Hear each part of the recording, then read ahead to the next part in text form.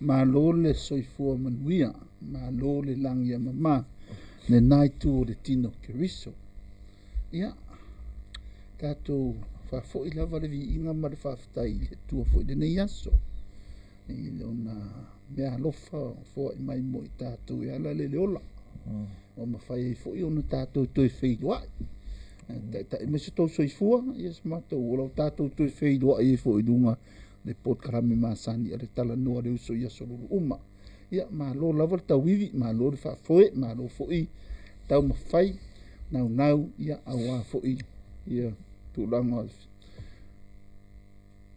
na menenei a fiafi. Ia patalo fatfoi le Grace Recipients, to inam fatua, ia te atonom la fatua, ia le au sina, tau rawa le wii, ia las le kasi le nei a fiafi.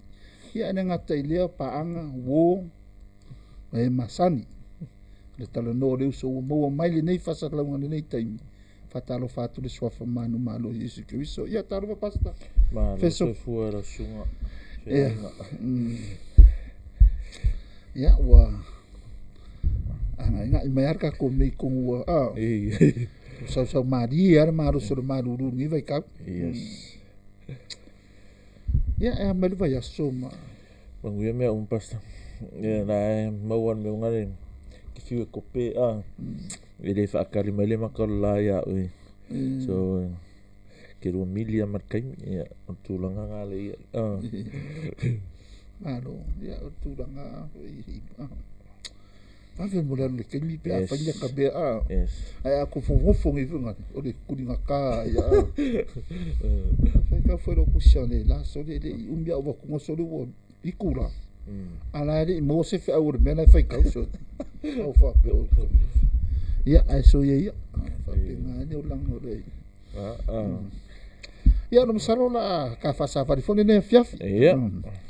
Pen masanel ta por kalam foi le Talanoa le Uso. Yes. O leo o toi va ai tu foi mo toi mai tau. Se o ko la nga mai foi ka pu leo le. Fa au la tanga. E ia foi e le ua to silingia no ta pu le la fa bo ko se silingia fiafi. Yes. Funga le ona o le taritonunga ia mana o nga foi tatou e karisi o le timidei. E le toi le loa le. Fa o tanga are kerisi ano moni. Ia peka. E iai la le fai upu le ia Ioane 15. Ino fai peongo. O lea lau ko ia ngai mai kongo fōringa mai e whike ngai la mane. Tari tonu lea mane au onga le tatu. Ia o le fisili la na lea fiafi. O lea tonu le sao. A wā ua lea ua wai loa tu nei fo. Tasi neu fai upu ro ta ua e le mawhai. Tasi dom ta upu le upu i fōringa mai. Fai upu le upu fōringa mai e le i doa le whaorta. Ia, se pera se. Ele time of sipasta ele tai lava ona au noa ia tātou ma le savalinga ia malu i tau a mise lava ile au onga lea o le security of salvation ia pe lava ono Talanoa tu le telo ni sta po karame ua tuanai la tau sanga ma nei tau sanga e misi loa i se tasi misi loa se theologian po se faife au po se kersiano ia le mata upu lea o le secure po le mausali po le mawhaiona le loa o le whaolatanga ke fiu e whaafe au kai ia lau theology ia lau doctrines e violate oe ia le theology o le sovereignty o le atua o le omniscient o le atua o le omnipotent o le atua langa ia ma le whaamaoni o le atua o mea umanga e whapena o ngā whaaleanga e oe e tangata le e talitonu e mawhai ona le iloa whaotanga e ongo ka pelo ina ai le atua ma le ali ai le tūlanga atua o le atua le wingalanga o kala ai ese tangata Presbyterian o theologian e talitonu e mawhai onga le iloa whaotanga e whainka e oe ngā o ao pe la unga pe talitonu i matau si doctrine na fa tu o ngai ole pule au le tua ole fa mauni ole tua ole mafai le tua me ole silafia le tua o me kusa ia ole trustworthy ole kuspa ia o me nga e fa pena ona fainga ta o reconcile oi pe fainga ta ona mala mai oi i lona atuanga pe a misia ke ole me le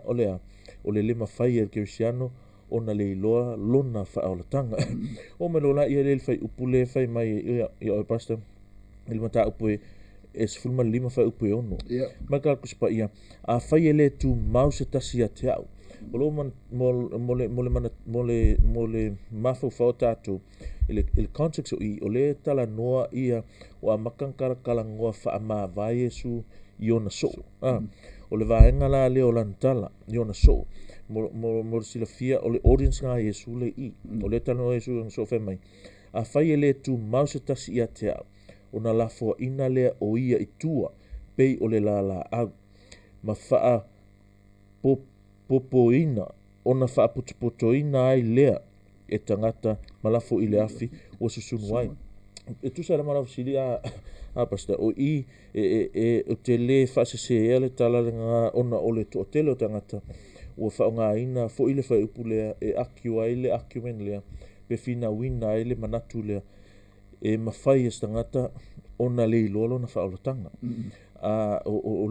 o foi le si mea manga i wa fel ta tala le fia fi pasta i tu ainga translation o kakaunga on ko suila o tala le fa ya so man kurok fa aku it's okay if you guys le kalangor ka ko kalesia use the New International Version it's alright because I'm here to help out o kau pe ia o taunga suila o talanga lo inga o kala a fa pea ngaki saunge fa kaulo kuspa ia o ko fa kaua le New International Version onga ia tu langa e popole ai nge meangela o le ai au I pe le ai I la sunga ima onga alu ala ile fa pea o le winga wa fe le mele la tala pe la I va ai ile le New International Version o upuia e te mau ai fa mai ia let's look at first ile an ASB fa mai le New American Standard Bible fa mai if anyone does not abide in me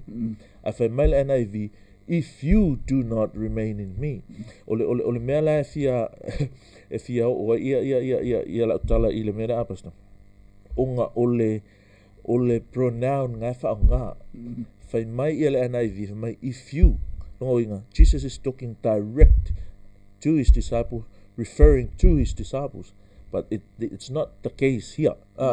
Ele menga le I, kala a Yesu ile an ASB mai. If anyone does not abide in me, because that's how it's supposed to be. Ole upule I, ole upule nganan tu pa ile ole upu tis TIS pa Britania. Ole na winga ole someone or anyone or something or anything. Usala a paraphrase of makala a Yesu. If anyone does not abide in me, which is a translation nga lele NASB, ele ofay mai if you do not remain in me, because the word for you is not in there. The word is humes, means you. Aile o yaile nganan tu se tus pa ia. Ole upulaya nganan ku se tus pa ia ili fai upulea ila ova ayakue. Ole uputis means anyone or someone. E preferable la ia le NASB o ngara NASB mal King James le fai if anyone does not abide in me. O ila contribute il fa fita ulile I abasa. Ole fai mai o tangata fai mai Yesu a tole tu mauia te kusol ke fiela fa sa mo fa man fa sa mo a faiele tu mau se tasia te he's talking to his disciples but he's referring to those ele o tu mau pa va pe pu mai tato ele wingo fam talanga mal mero kal ngo koi a fa pela paraphrase a ole mele pota ole nefia se me kau falling fa pe le o tu mau ia te au se tas a pelo tu mau te astas ia pe fa pe fu o se ua le tu mau ia te po le o lo o le tu mau ia te because the thing there is indicative in mood and its present tense means o kangaka ele o ku mau o le si mea e wha au wau langa le ku mau o le ele o tu mau lava ia te au i le keimina ngai whai mai lola ia leo le o le kala kuspa ia mai lola ia le tala kuspa ia i le whai upu lava ngā e onu whai mai ona la fo ina lea o ia i tua pei o le lala au o la fe kala ngoa pe se mea ngā ele lumanai pa i ngā kuspa ia kei fōling se mea ma pe pasta kusa leo whea ki Yesu o le tu mau ia te au ua la fo ina alang kou le va ai mai ia la kou whakasi maa le ngā lau la fo inga you know kai whapengale a nganga o le mele i longo inga o le ele o ia Yesu e alanga le o ia Yesu ngā lau wa cast out wala fo ina i tua mana tua o le talanoa Yesu the context is o le la alu ese Yesu le la whaku kala Yesu i ona so o lato uma po o le e le tu mau ia te au o le mele kupu e lato e la fo ina i tua pe o le la au mana tua o le kalangoa Yesu i ona so mana tua le tala Yesu le nga whai o ile kemi lenga papakiso ia o ile nga mulumulu e vai o ngā usu e mai ua whaamamaina o tō he's talking to his disciples ave mai aile o tō uma longo winga e iai le kangakalai o ele o kumau so someone can come to Jesus and thinking and whailango sau kaka Yesu wha pea au he's one of Jesus' branches na makala Yesu e iei lao ia te au e ave se inga la ele fua la ngai ave se peila whakaika inga le leia la o inga o yuka langa iai o aile o se la a Yesu na ngai iai o aile i fua pe ole mele kam fai ia Yesu e vali i e tusa mala va ai pase o le keusiano ala ia e tu mau pe ke mankuanga le stata no anga kakrango e mata yole le fa pe mai na o e tu mau e fa olaina so that tu mau is not a condition of fa olaina it's a sign of fa olaina pe fo ila o le keusiano la o e lo keusiano moni e tu mau o le la i akeriso o le la le vine moni le e tu mau o le tu mau e le keusiano da fa ngofie e kala o le la tu mau e natural lava le kakaunga fua e au ona fua langa e tangata na ia Yesu ai le ku mau o ka inga ia pe o yuka nga ia Yesu ai le tu mau ia yuta e vola pa fa pe fai on su e ia tu sia tato le Ioane lua tolu lima nga fa pe ia ele mole mau mai a Ioane sa Jerusalem o ia ile pasika talking about Jesus manola ia ile tausa minga ona to otele ai lea fa fonga wala ile tala lea fa mai ona to otele ai lea o na talitonu ilona suafa ina wala to va ayatu i fa ai longa na ia faia la me ngala nkar kong Yesu wa va ai fa ai longa pe le va songi kumuloku tumu fa la putonga ta o fa la putonga Cristiano ona aida ua vaai vavenga po ole fia vaai vavenga a fa melo la ia le o kala yongi a o Yesu mai ina ua la to vaai atu i fa ilonga na ia faia melo la ia a o Yesu e le i fa lango o ia ia te ilato mai he didn't entrust himself to them lo ngor kala ele ikar kong winga Yesu le tal tonunga la vaenga ia he rejected belief ele ilo le Yesu ele mo ile mele mai la vaenga mara a Yesu ele farangolango o ia te ilato a wana sila fia tangata umalava pe re vangale e faianga e pelo mai fa folinga I fa ve au le lotum ta te allo but you can't do that to the head of the church ile au o le kalesia malo fai po lua lima ka po langa lua Ioane pastor fa mai ele au nga fo ia te ia ina ia moli mau o se tasi ia te ia mi o tangata a wa fo I wana sila fia mea o I loto o tangata ia ai fo ila ile skadi lava le ile Ioane valu fa upo e tolu sifulu fa mai ua fetala ia tu ia inei mea mai lola ia lea ona to otele ai lea o e na talitonu ia te ia ai le mka apunga e valu o kangaka ia na talitonu kangaka fo ngā le tupu le mele fa puli mai va di mka apula vale valu fa mai ona lato feta ngofile i maa e fetongi ia te ia ona lafi ai leo Yesu ua ulfafo le malumalu ua Ioane i tutonu ia te ila tau mamaliu ese ai ese umalava mafuanga e o mai e tangata ia Yesu ai loa le tangata moni pol ke usiano moni e loa le la moni in this context le kala mo Yesu i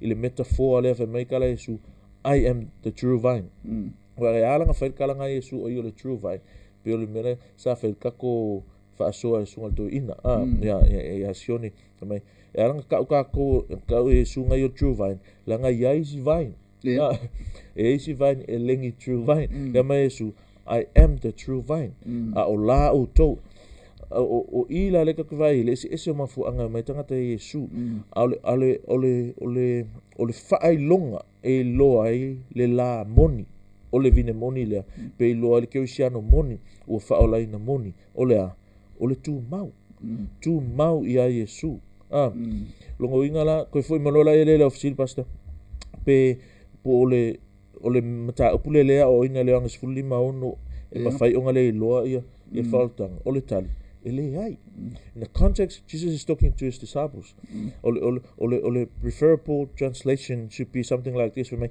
if anyone does not abide in me if anyone does not abide in me fe upula vangai ngo fe mai he is thrown away as a branch and dries up ol kangaka eleo tu mau e pe ole la ua lafo ina itua ua mango ia malafo ina ile afi ele mafainga tupule mea nga ise la moni se la moni o le vine moni ase lang fo la moni o me these are the truth about the la moni abide they remain the Greek word is meno means stay there live in the vine stay in the vine abide in the vine tu mau le vine lua e fua mai fua le para vai mta pula vale sfulima le ane fi makala Yesu ele kofia o au to le fifilia o to au filfilia o to ina yo to fua mani fua a le ukala ngo le sui le metaphor fanga Yesu my friends but still refer back il metaphor le fanga o le vine moni fa mai o filfilia o to ina yo to o mafua mai ni fua o le keusiano moni la ole wo moni a Yesu ole la moni ole vine moni le e fua mai fua e mafai se la e fua mai ni fua ona le tuma no le winga ngar kala Yesu le fai pasa fai mai e tu mau ya te ia ole fai longa le na ole la fai longa ole la moni e tu mau ya Yesu mafua la fai longa o keusiano moni e tu mau ya Yesu mafua ole tulanga nga ole mse meo ka oli ali le doctrine of salvation in terms of the security or the insecurity of salvation ole karanga ku Yesu I folinga I vainga le I danga denga ka o se sengo beso kuspa yes if you or NIV male or the audience or so Yesu if anyone there or why live if anyone nice. That's a really nice question now it's refer wanga le pinga ka wan wo folding my lai ma le motu tangata le mele o wais ka ka ri ko and pe me le audience o lo karanga o le nga o so se ko kala inga o do ke sia mo va nga se do versus yo kuspa ia wa de na pe and ASP and NIV King James and all other verses ole refer Yesu if anyone does not abide in me is referring to him that does not abide in Jesus it's refer fakeka inga pe o kinga inga skamo yuka mava inga fakeka inga o yuka it's not abiding the word abide is mangayer fasa mone ole tu mau ku mau yuka no le ala fe mai o so se tasi lava e le tu mau ia te au. E le o whai mai ia Iesu a tau le tu mau ia te au. Mea nau whakoi e risky ai le NIV translation i o ngarawe mai, if you do not remain in me. But it's not you. Otherwise, if I more ko inga vau, a whai e le tu mau o tau. A whasa mola e whai mai, a whai e le tu mau se tasi ia te au. E le o iese o tau. A le NIV whai mai, if you do not remain in me. O ngā fōlinga mai lola ia lea, e mawhai e so ngā mamulu. E mawhai e so o ngā kipi, o ngā pin severed off. Kipi e se male vini mongi. But le ai, whai makala Yesu, if anyone does not abide in me, he's talking to la ku mau. He's talking to true disciples. Awa ele ai ma se history I lalo down the line ile whaasolonga me kalwhaso piko le lotu. Nga whaapea ai wale toe avera wale ia ma Cristiano. Pero karamwaku, if you're a Christian, you're going to be a Christian forever. Talking about the true Christian. Ele whaapea ke perfect ma Superman. Whakaika inga sili lawa apasta. O pe kelu. He was like the head boy ile kolisi a Yesu. Whaafia nga whaafiki pe kelu Yesu. Koe o mai I whako a apuskolonge a Paulo. A laku Paulo ma kauinga e Paulo whaaforinga ki mō keu. Ma kala Paulo. Ma kua I o whangasa o ngā pe kelu ile whaaforinga. O ngā rang whaaforinga o pisia koe maiska ngaka. Ele merenga o mai keu siano mai o Isara elu. I kalatia a aku Paulo. Ore sama sanga nga ai makaka ngu isi anga leo mai ke siango leo then we restore himself le lao ke ngie Paulo leo ingala tala o ke sian ese lava e kupu vai nga pe amalu itau I tatou kau ke o lunga o lalo ma losi vai ai le suia ele mea moni o lea o tatou o kerisiano ele mafai ese la moni o nga aveseina because if you keep thing in context, the very first verse ile chapter nga mangingol kala sufa mai I am the true vine and my father is the vine dresser o ta karena o lo tama o le nga lue vineia direct lover kala a Yesu fe mai ia me nga o nga ia o le vinemoni au le fama o le upu o le si upu nga whaalili o le upu creek nga ye au le fama po le karena o lon tama o le atua o le vine moni o le atua le alu o le tō vine po o le keu po le whaifatoanga I vine dresser o le atua le tama another verse ki whengi ele le Trinity leo makanga nga lulu inga nge mafsilingia mate ena e aposkolo fau isa ngi ele me leo kupu ni apos Trinity wa makanga lulu inga koe ame nga e lafi e uanga liat e wharonga kalanga e le tolum persona le tua oh my goodness and that's why someone need to study the Bible in its theology, in its doctrines, and the original language. Because if you do that, tasi le tua, ai kolum persona, tamale alo malengang, pa ia, peilao I, whamakala Yesu, I am the true vine, pointing to him, and my father is the farmer, or my father is the karena. Why did this guy say the farmer? Well, that's the actual Greek word there. O le upunga farmer. O le chokros means farmer. O le fai whaatoanga mera Yesu. O le vine. O le tama o le ngalua vine ia. O le mea la ngal tama le fai. O lea. E prunes la e fua. O ka yei la inga mea nga. Si anga e kore silonga dua le mene. Le ta o e teu wina. O la e fua. A whawhera o whaide ko inga kiu. Mungure o ka wape o I rewa I lo sa. Yes. Whawhera la whaide ko inga teu inga de ka wai. O le ngalue vine. O ngor ka mana de whaia mene. Yes. Yes. Sao Yesu me su o ye le vine. O le ngalue vine o lona tama. O tama ia. O langa mele le fai o le teu unga lea. Al mankuanga ia. Sunga to i lang mai so se te unga lava e ki nga the pruning e ti nga so fa feo na ia te ia le la au ina ia fuati i le la le ina ia fuati well this is how he does he use his word e fa nga le tua lana upu ma me tupu o tatu o langa meanga isele pe vela o ka puka ringa ka whaalongo i kakawe mai ele kaunga nga mais kersiano pe ele kaunga kupungi whainga tā e kersiano things like that e whaonga ele atua i langa pule au e discipline ai tātou mea mua he uses word e prune naka langa a prune e manga o mia se mea maai well literally speaking ava pe ole vinge literal vinge he uses scissors or knife gotta be sharp inga awa nga ia aunga ia fa inga le vine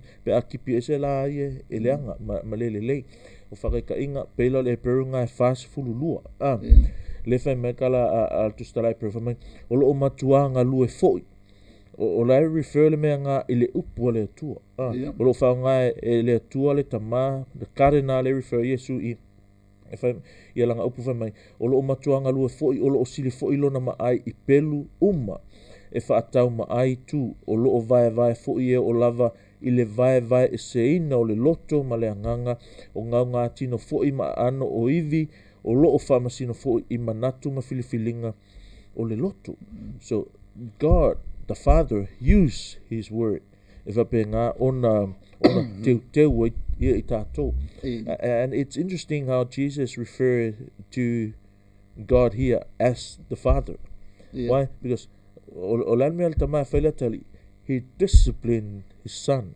and that's the pruning o le winga ngā o le upule i teunga o le tama na te awa i longa kali langa lafi makakuspa ele se alofa i loa kali i le awa le ana whai mai i al momo kronitos fultasi whai upulua lua whai mai a ua o a ina i tātou ele ali ina ua whasalaina lo ingal kala a se i tātou pe whaale tonu i tātou o le mea le a le atua tamai whai he discipline us, he correct us mai ina nei matua whasalaina i tātou whaatasi malera lang so o mea la ngā e keep in mind e tātou he deal with us as a father to the son in the context i le mea karongo Yesu i le Ioane o Yesu o le vine o tātou o la o le atua tama o le ngalue vine ia o mea la si la fia e le ngalue vine e le fetaui ma le la moni o le vine moni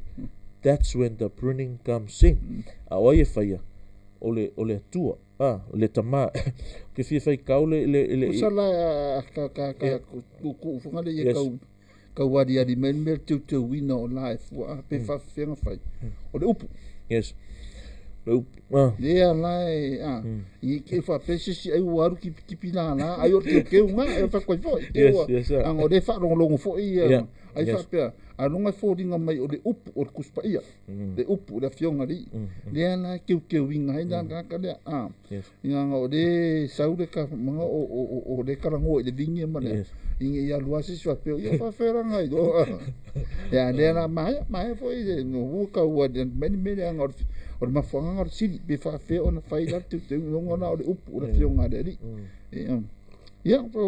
and things happen now things happen in our lives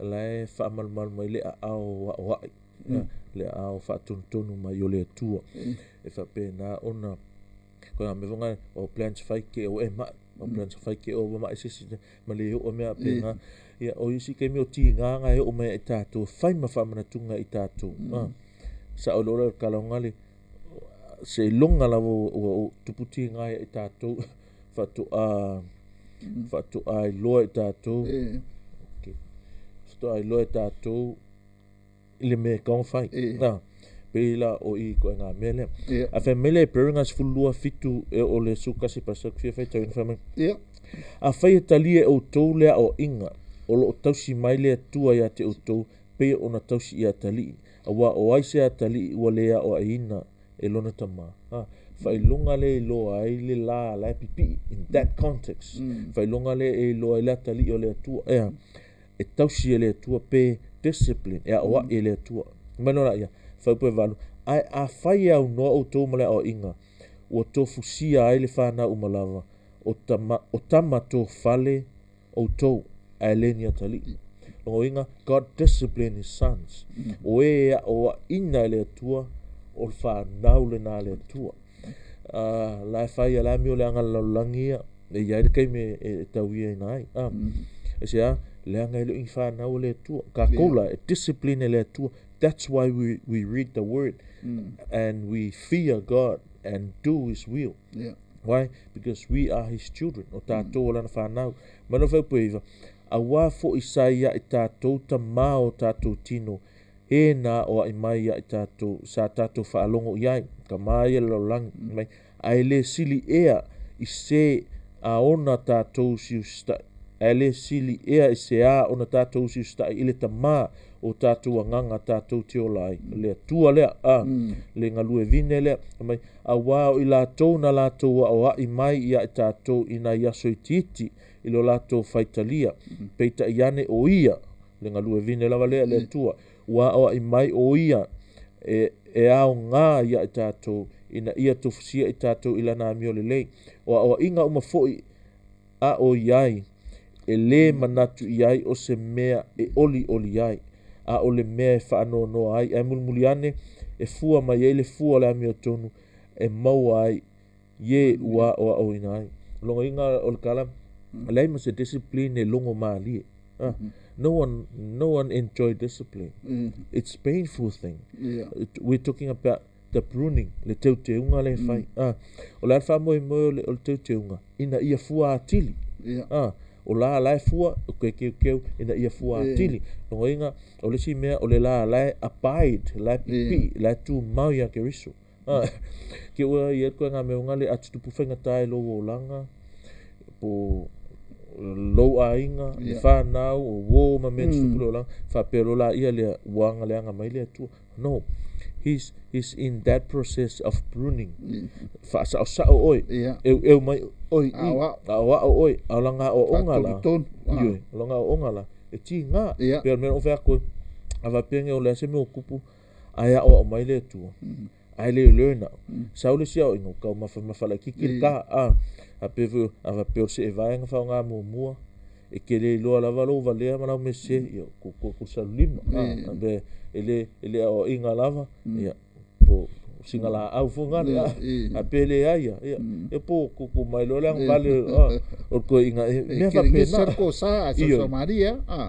wa o mai ya e aula ona matala itatu ile mele o cristiano aya ele ma fai ona o le la moni e tu mau e te uia a vai manga yo kala Yesu wa o le vine moni o to o la o to o lo tama o le ngalu vine ia he include himself and the father in security o le la o le vine moni le Christians believers e le ma fai se la moni o nga ka isi o nga avesea o na aveseina anke fa pe langa but no e iai la fa mega Yesu o lo ia te au la ele fuama he's referring keep this in context langa iai e yuka langa iai ka kan kung muli ane su elma ka e kung Yesu but they were with Jesus they believed they follow him and eventually mulmuliang wafia fasioki a Yesu so pe o meanga e aona matala ia tātou masos Cristiano before you draw a conclusion and say this John 15:6 says a Christian can lose his salvation not at all nothing to do with that pastor manga ia fa manga ka pu manga foi le mele o matu ne foi te wino ma yo le o le upune ka ua i ma se me fen ka fo ya al fen ale lo la Christian e se me tangia fo tu lang fa pe ka i si lo ko da ngia fa fa ngale ona tatu i loa o tangata ua fa ala ina lea e Talanoa le Uso Whawhenka kūrua. O I'm tangata ia ua whaolainga. looking for this verse. Lea e talanoa ia Yesu. Yes. If you can turn with me to Pastor Slavle Talanoa i tā ua Ioanes 5 whai upu e tolu. A whi mai sauno anga le tātua li. Let's read from verse 2. Every branch in me that does not bear fruit, he takes away. And every branch that bears fruit, he prunes it so that it may bear more fruit. You are already clean because of the word which I have spoken to you. If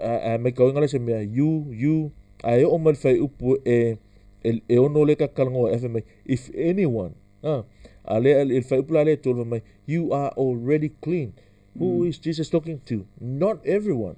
He's only talking to the real branches. His disciple. Ua ona whaamamaina o tau ile upu na o tau talatuai I ate o tau. See, that's ole mea ngā le upu e whai. Mea ngā, allow me, Pastor Famone, to detour a little bit here.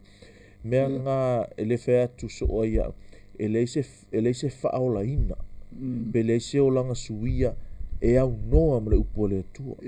Ele lako Yesu o ko making faise makara Yesu o le upu na o tau talatuai ua whaamamaina I o tau ua na whaamamaina o tau pei fu ona whai Yesu ile afi lava ngā ile nkapsu kolu whai upu sifu inga ua mulumulu ang so o whamera ua mamā fu o tau ale o tau umalava I refer I whamera uri whamei peke if that's the case, then whakaele uma o whamei Yesu, no. Ua whamainga o tau. Ile upu. Pau ale me e whainga fulua o vai. Ele simbola manga o Yesu e whailo atu. Lai le mea la manga o Yesu le winga. Le loto mawalalo man wha le teasi e whamulmulua. Lea la o le mea langa e auna mana tua. O le kalango o Yesu ile ko se fulu kasi o ngā sou.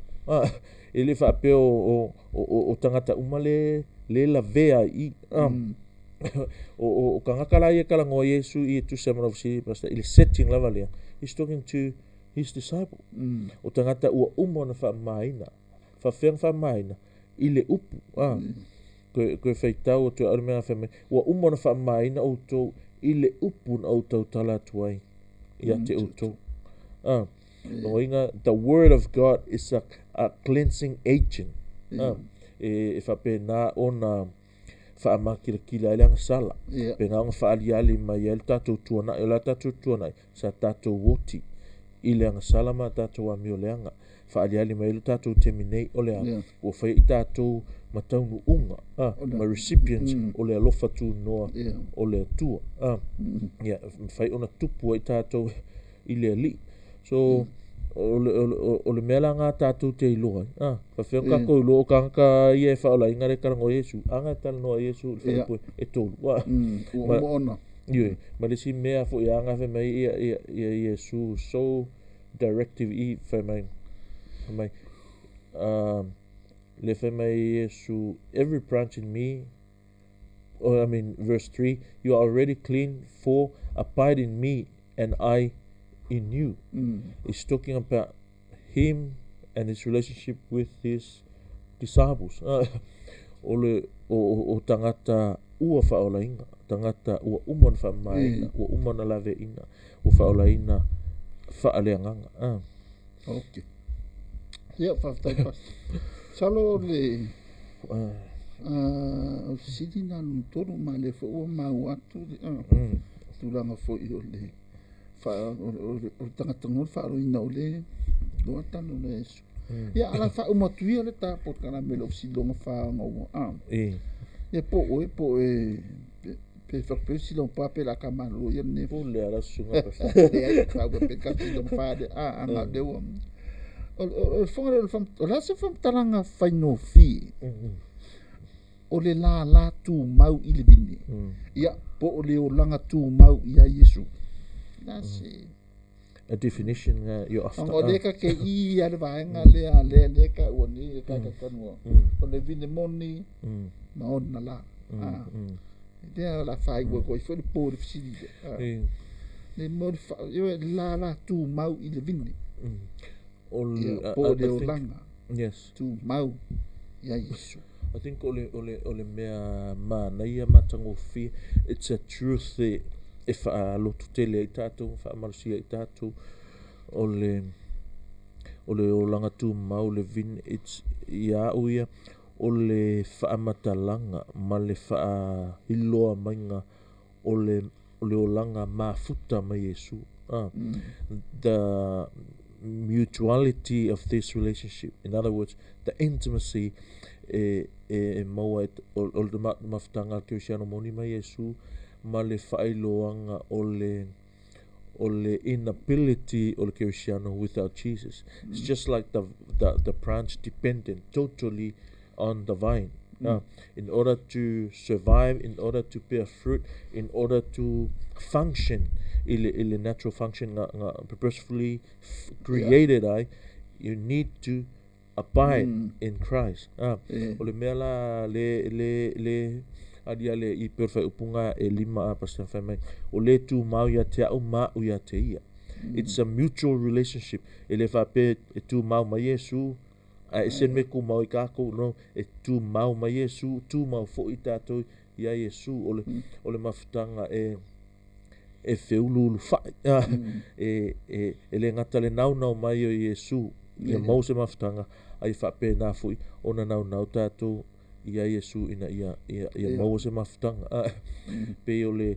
This reminds me o le verse nga ile Pesia Solomon na ta pui ono fa pui tolu fa mai I am my beloved's fa mai rola ia and my beloved is mine o lo umana mea ua faia o mona o ia foi ua fai mo.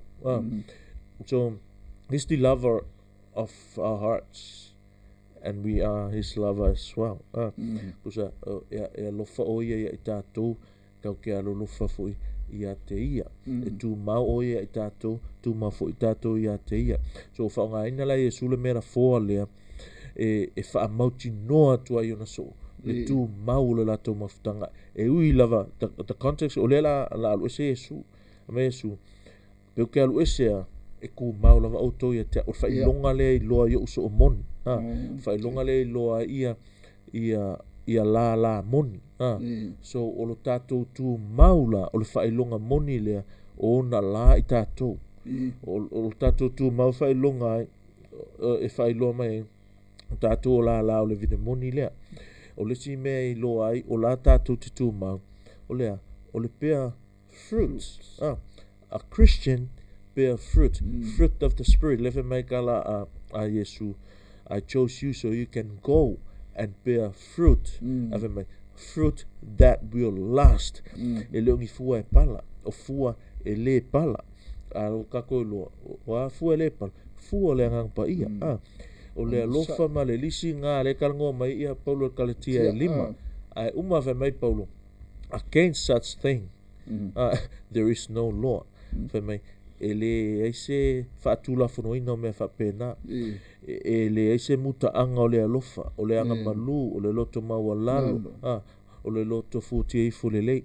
So when our Lord says abide in me, he is talking about as mal tātou mafutanga lea. Tātou te loto atu mea a le tua. Ele o se la moni o le vine moni ia le alo I mea le tua. Ele o se la moni o le vine moni le ma I mea le tua. Pe fefe e fai ia mea a le tua. So e kaungo tātou willingly abide I mea Yesu wha kei ka ingara pa suka whai kaukle le whai upule ma wha umai lo le tā shea pe atusa ma lo fina ngalo whai upunga e fitu o le mta upula vale 15 whai mai lo la ia le o le tala Yesu o penge fiki ia o le la e mau ia Yesu whai mai. I'm gonna read from the NASB first whai mai.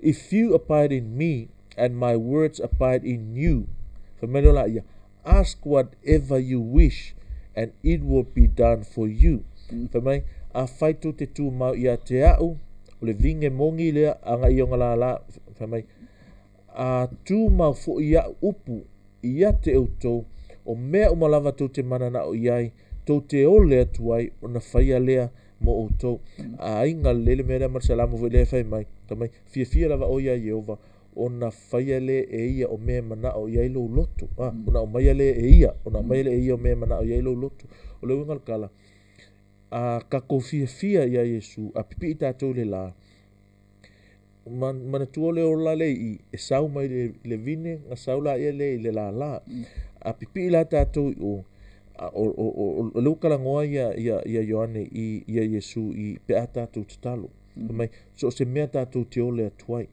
o le winga o le kalanga so se mea not from us so se mea e tusa mal finangalo le atua mea langa o le kerisiano e kakau e leise masalosalo o le answer o lako prayers you have no le aise mas there's no way ele mwhaionga tali le atua ia tātou tatalo o le winga au whaalonga masitasi vapea prosperity gospel ia no that's not what I mean o le winga la ukala ua whaile mana o Yesu mo tātou mana o mela nga a tātou wole atu i lo tātou mana o le which is o le mana o le ngā Yesu e tali mai why because that's his will le winga ngal kala whesarafa mai fifio ia Jehova o na fo ina le e ia o me mana o iei lo loto le winga kala o le fina ngalo Jehova it becomes our mana so when we pray according to his will he answer why because that is his will o mea umalava la kau ke kalo i ele tusa mal fina ngalo le tu ele fa ele tu pe va ku me sau tavale ie porque nga mea pe mas finga ngalo nga le o me sau ka ie ele fa pele anga fe ka vale pa ele ko nga manga nga le kala ngoa I we're talking about the will of God fa ke ka inga na fa pesi fi ele tu o ka ika vale a se fi ele tu a mai ngel poto ia te au o ke le koiloanga ia o ke faalia lia vale o ke alu I o au e poko o le leima nga o ala su elo vinga God will never answer that prayer se vanga ko nga principle of mai wa ku ele tu se mana o la tu luto e fa sala but o le moral lei a fa pesi fiele tu ele ke vi ia fa pe va ku ngele ka mai le le mas o vinga ke fi wala ke ole le tu ile tamai it's not going to give it why that's not his will out of his sovereignty he knows ele vi ia ngai a fa pe o finangalo le tu ia faia lo na finangalo ia launga ina lana upu ale mfenga la nga upu pe avalea e ole akula le tu tama fa mun mole te mo o mia lau mea lo fo le poto mala ta mai e faia lo finangalo de ise va ngoe ai u ele tu why because he knows that's what is needed e mo mia la ta mai e launga lo na finangalo mo lo na vi inga ele fez su nga vi inga ai GRCC vi ia ele tua accomplish ele purpose o le tua so le winga la nga o le tala le mai Yesu I fe upunga e fitu va mai if you abide in me and my words abide in you ask whatever you wish your wish le o lau ai lalo le amo le a Yesu o lau pipi I lo la I le vine moni le o Yesu le o ai lalo o le pule a Yesu may ask everything you wish and it will be done for you afa mai fa upo e valo nga fa ngia uma fikura o manga ye kele mai le mo mai fa upo e valo mai my father is glorified by this